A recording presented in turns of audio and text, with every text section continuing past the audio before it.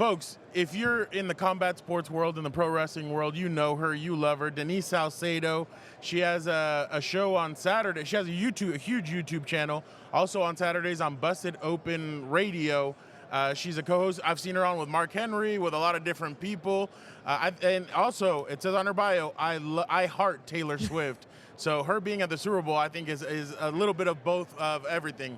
How are you doing? I'm very excited, man. This is my first time here at Radio Row. So getting to just see like all of the media outlets and all of everything that's happening with so many interviews and videos and things going on, it's kind of wild, but it's an exhilarating experience to be here. It's my first time getting to be not just here, but also attending Super Bowl weekend media events. So all of that, it's new, and I'm happy because it's also the first year we've been seeing Taylor Swift on the NFL. So it was just like meant to be.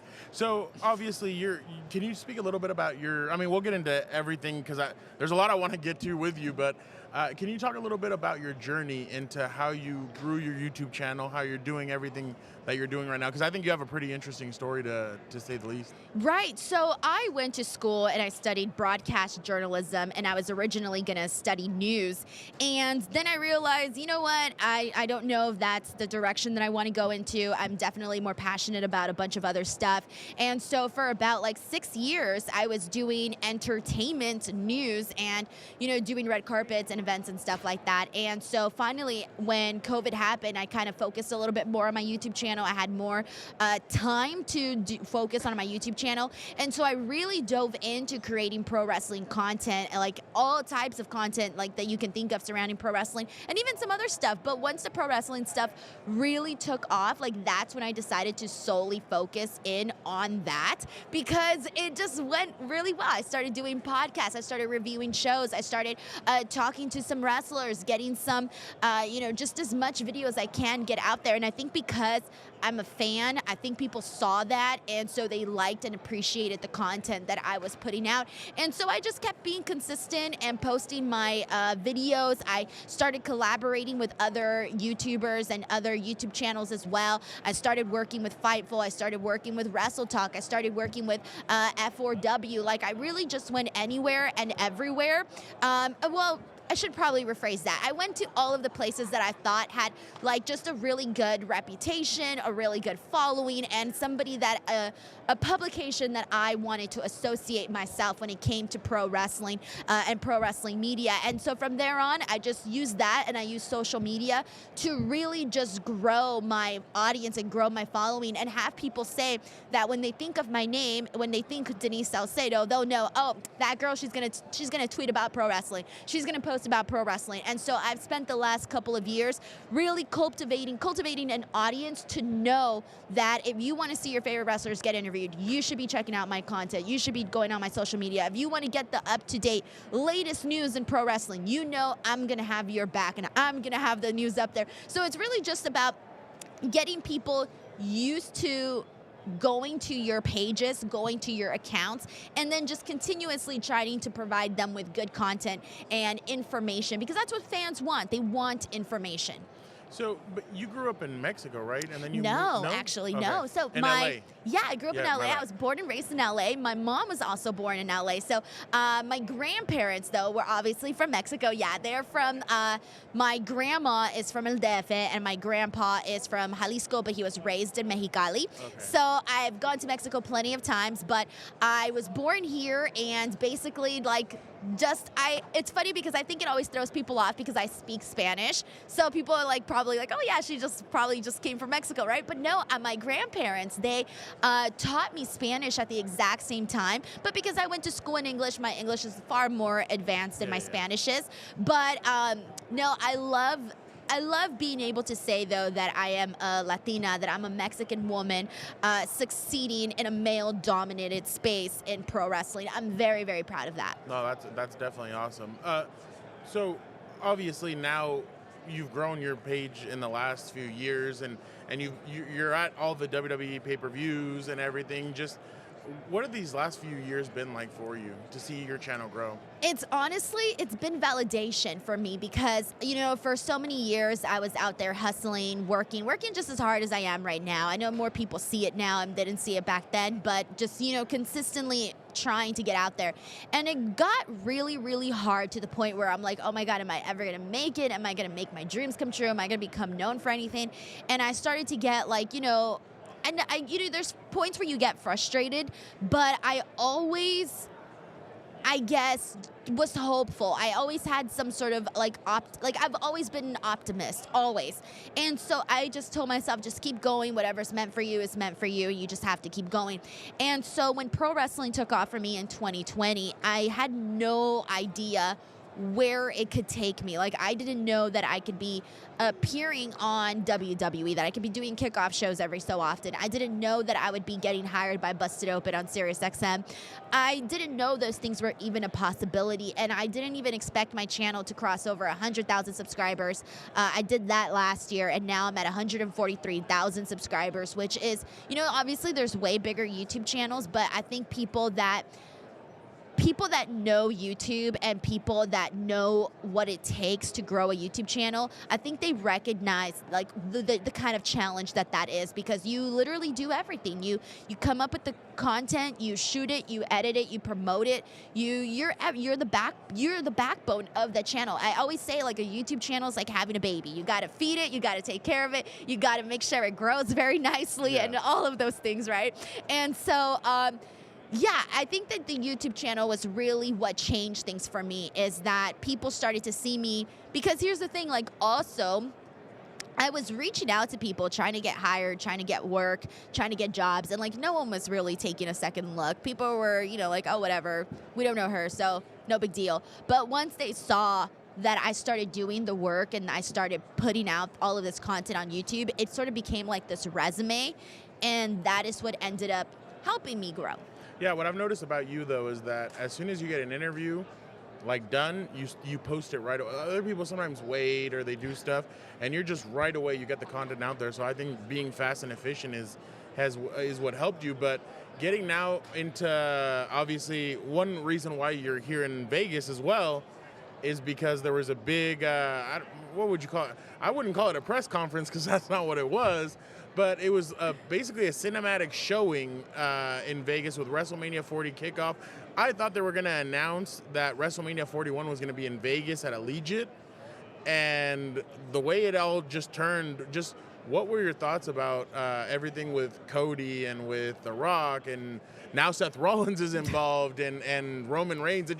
Yesterday just seemed like a cinematic masterpiece from Triple H and Nick Khan and WWE, if I'm being honest. It was wild, first of all, because the first things first, it wasn't a press conference, like you said. It was a pre-show. That's what it was. A very, very, very early pre-show for WrestleMania 40. But it was very cool. I loved the way they hyped it up. I loved how it felt being at the T-Mobile Arena. It was a really good vibe, even though you had people chanting for The Rock and you had people chanting for Cody.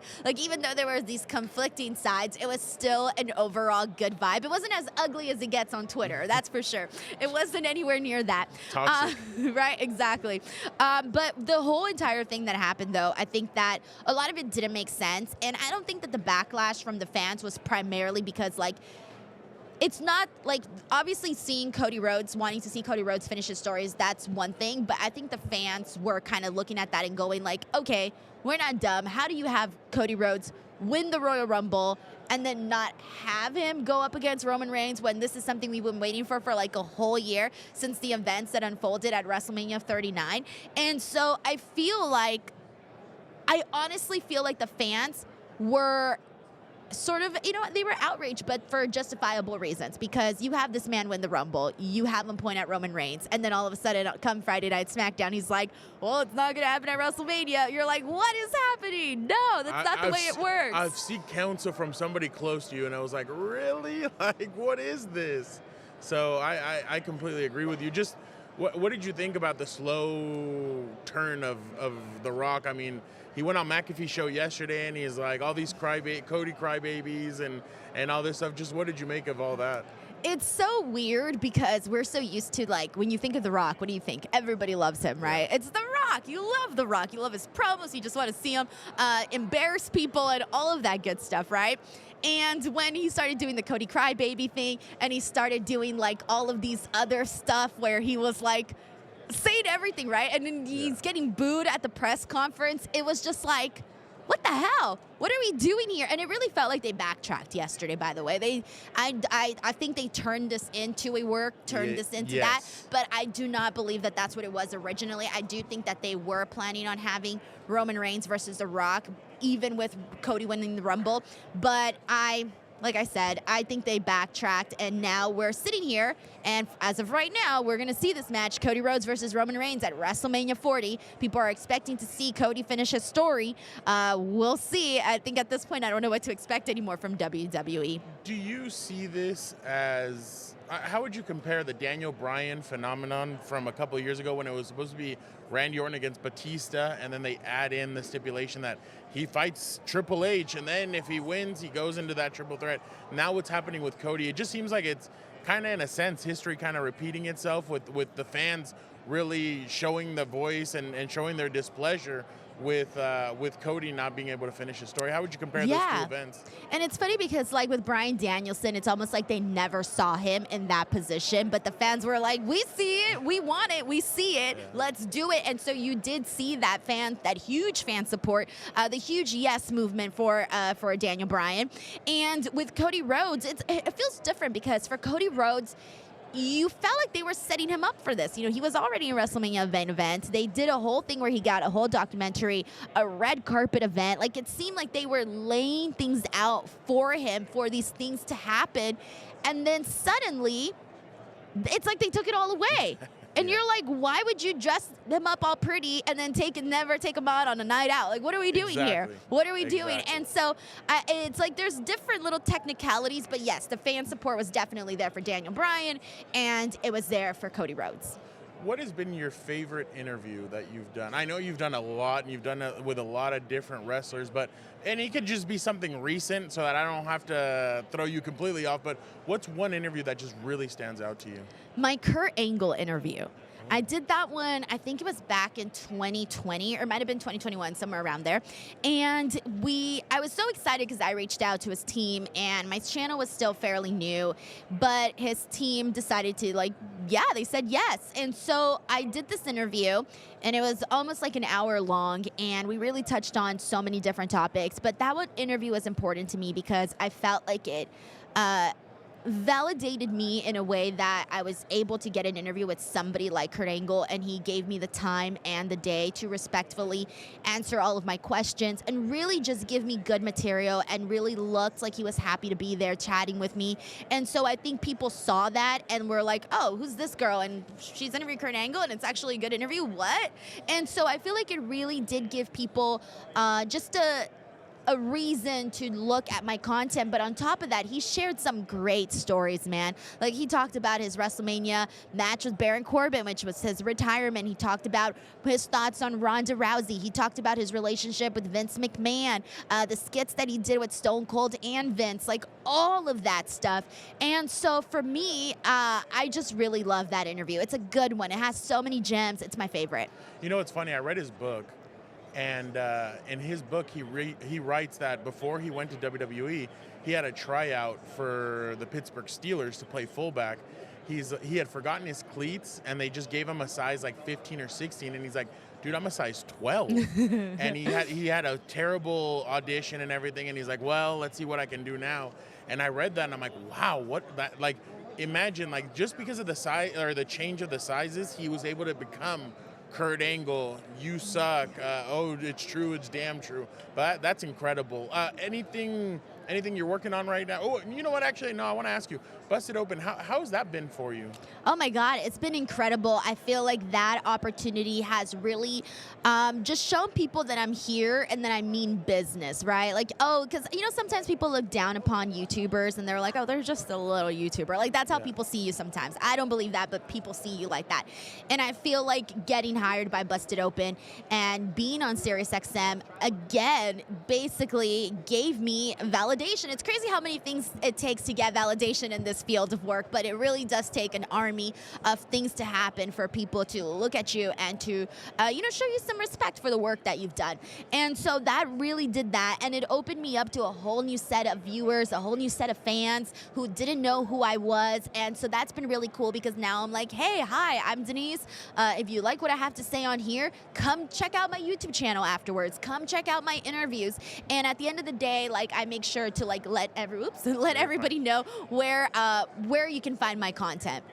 NFL reporter, and we both get crapped on at all. Like, it's hard to, like, people, that's why that's my next question.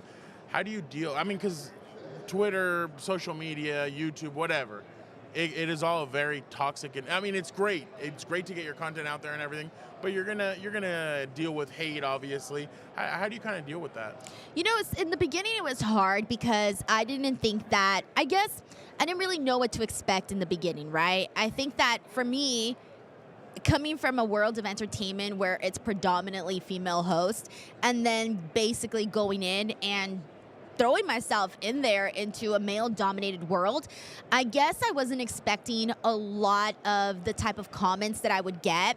And throughout the years, I will say it has gotten drastically easier, because you know how it is on social media. People trash you for everything, and you can get attacked for like anything. And sometimes you don't even have to do anything, you get attacked. Like, I've gotten attacked for like anything, like makeup, the way I look, the way I sound, like all of these different things, right? And there's certain things that are like, okay, I can't control that. Like, I can't control the way I look. I can't control where I come from. I can't control that I'm a woman. I can't control any of that type of stuff. Like, I'm me, and this is what you're gonna get. And so I feel like now, though, as the years have gone by, like, my skin has just grown a lot more thicker, to where if I see those comments, it doesn't faze me the way that it did the first time that I would see them. Like, now I'm just like, okay, that's fine, that's cool. I think that sometimes you have to stop, because everyone says the same thing, right? They say you see one bad comment and it outweighs like all of the other good comments, right? That the bad comment's the one that stays with you. I have been practicing really hard to not see it that way, because the way that I look at it is, why would I value someone's negative opinion more than someone else's positive opinion? Like, those are two opinions. Why can't I value the positive one as much as the negative one? And so I've practiced to not care. And there's times where there's some good constructive criticism, but there's a difference between just constructive criticism and then just like outright trying to like be personal and attack people. But I look at the constructive criticism ones, and I take those when I feel that they can be applied. If I feel like, you know what, I was thinking that too, because obviously we're our own harshest critics, and there's times where I know I make mistakes. There's times where I know I could have done things better, I could have done things differently, and if someone else points it out, I'm like, yeah, you know what, you're right, I could have done that differently. So there is a big difference to that, and you just have to grow, because at the end of the day, what are you going to do? You're going to stop pursuing your dreams because someone said something mean to you on the internet? No, you're not. And the truth is, in person, no one, and I mean no one, ever comes up to you and says the things that they say online. No one. No, actually, these guys are going to laugh at me right now, but I had a video where I was interviewing a quarterback, and you could kind of hear me breathing on it, and people are like, what the hell is this guy doing? Why is he breathing so loud? Is he having a stroke? And like just stuff like that. And I kind of got down on myself, but then I was like, you know what? It's funny. Yeah, whatever. My breathing was loud. So, I mean, it's just one of those things that you have to deal with. But all right, I'm going to put you on the hot seat. Taylor Swift or the San Francisco 49ers this weekend? Who wins? I'm kidding. The Kansas City Chiefs, I'm torn. Oh, no, I thought you were asking that. No, I was gonna say. Well, it's funny because I'm torn, because like all my brothers, like they're all rooting for the 49ers, and I'm like, I want them to be happy. But then at the same time, I'm like, oh, Taylor Swift is out here, like, you know, I want her to be happy too. And I'm a big Swiftie, as you know. Yeah. So honestly, like, I'm good with whoever wins. I know someone that's gonna be happy with either team. But I would love to see what it would look like to see. You know, obviously Taylor Swift's in Japan. Everyone's wondering if she's going to come to the Super Bowl, if she's going to make it on time. And if she does, if the Chiefs win and she gets out there and celebrates, that would be very cool. Final two for me. One, who is somebody that you haven't interviewed in the pro wrestling world that you want to? The Rock. I love I that was one. hoping that happened yesterday, but it didn't happen yesterday. I don't know if he would have wanted to have interviewed him after he was all juiced up or whatever. But last one for me. What are you expecting from this WrestleMania? Ooh, I'm expecting this to possibly be one of the most newsworthy WrestleManias. I mean, given the way that we're going into this WrestleMania, oh God, I'm expecting this to be a very, very newsy one. I'm hoping for a very loud and rowdy crowd because that always makes it so much more fun. And good wrestling, man. And I'm really hoping, and I think from the press conference yesterday, I think we can assume we're getting Rhea Ripley, Becky Lynch.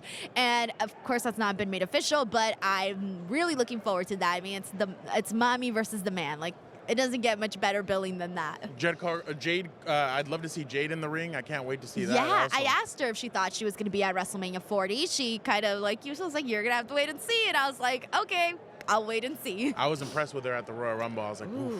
I agree. Yeah, she her was and great. Bianca, oh my God. But Denise Hollywood Salcedo, thank you so much for jumping on with me. And obviously this had been coming. I'd asked you before, and I wanted to do this, so I'm glad we were able to do it. What better place to do it than at Radio Row? Make sure you guys check out our YouTube channel. Make sure you check out our Twitter @ Denise Salcedo. Make sure you check out everything. She is one of the best. She's also the kindest person you'll meet. So thank you so much for jumping on with us. Thank you so much. I had the best time, and I was so glad that we bumped into each other here. Yes. I had a really good time. You never know what's going to happen at Radio Row. No. I mean, I didn't even know what to expect. So, yeah, thank you so much. I had a great time. Thank you.